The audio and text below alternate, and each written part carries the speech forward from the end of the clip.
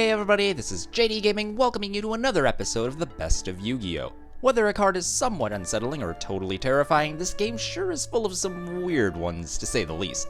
This time, we're taking a trip back in time to my personal past to see some cards that scared me as a kid. 𝗖𝗧 was one of the craziest cards to stumble into on the playground.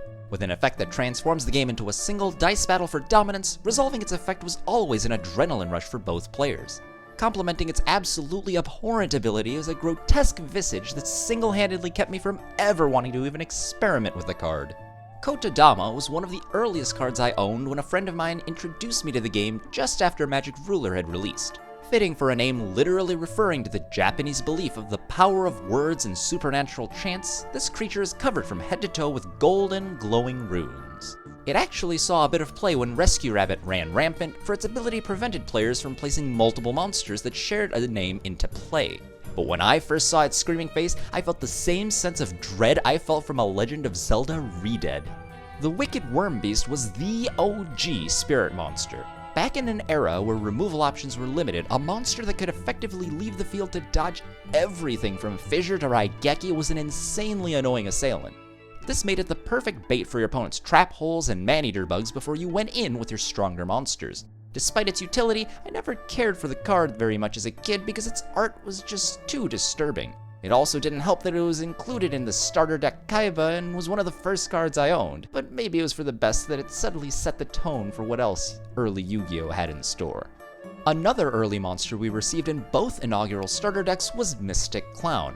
I'm not particularly affected by clowns in general, but this guy just looks so bizarre. A purple cyclopean humanoid with an Egyptian-style Mickey Mouse headdress trying to show Thousand Eyes Idol who's boss, and it's freaking squatting, without any pants. Its flavor text is the perfect little cherry on top. Nothing can stop the mad attack of this powerful creature. Tribe Infecting Virus was how my brother and I learned that Yu-Gi-Oh! Cards without a once-per-turn clause are abusable and fundamentally broken. It turns out that the virus is actually a vivid vortex visually resembling the card's background as revealed in some of the games. But before we learned about its true capabilities, I always found the green faces and putrid secretions really off-putting.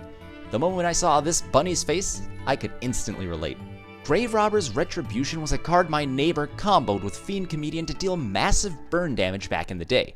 The concept makes sense: rob the graveyard of its contents and you pay a price. In this case, it's a horde of mummies trapping you in an extremely claustrophobia-inducing situation, which is really terrifying if you think about it. In a similar vein, Metamorphosis has an effect and art that not only complement one another, but also make sense holistically in the idea that it conveys. A selected monster is transformed into a valid fusion monster, and the art shows this process. Taking a good look at the image, however, shows what is quite possibly the most hideous beast warrior in the entire franchise. Weather seems to be a prominent inspiration in some of the earliest Yu-Gi-Oh! Cards. Ray and temperature also happens to fall into the uncanny valley.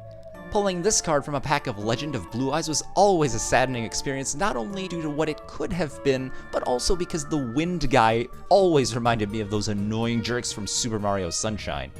I already mentioned briefly how the Ojamas were separated at TCG Birth in a previous video. Whereas Yellow and Black debuted in Invasion of Chaos, Green greeted us with his signature grin in Dark Crisis the set before his brethren.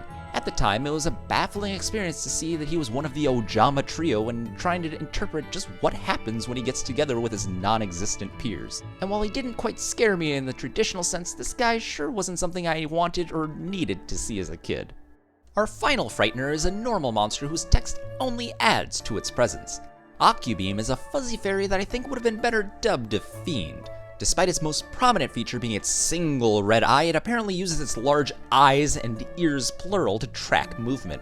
The resemblance to the OCG exclusive Neck Hunter is uncanny, and even Konami calls it frightening. I also don't know exactly why it fuses with Mega Thunderball to form Kaminari Attack. This solemn figure appears to actually be Kami, or God, dropping a bolt, and at the surface level, it's a fairy mixing with a thunder element.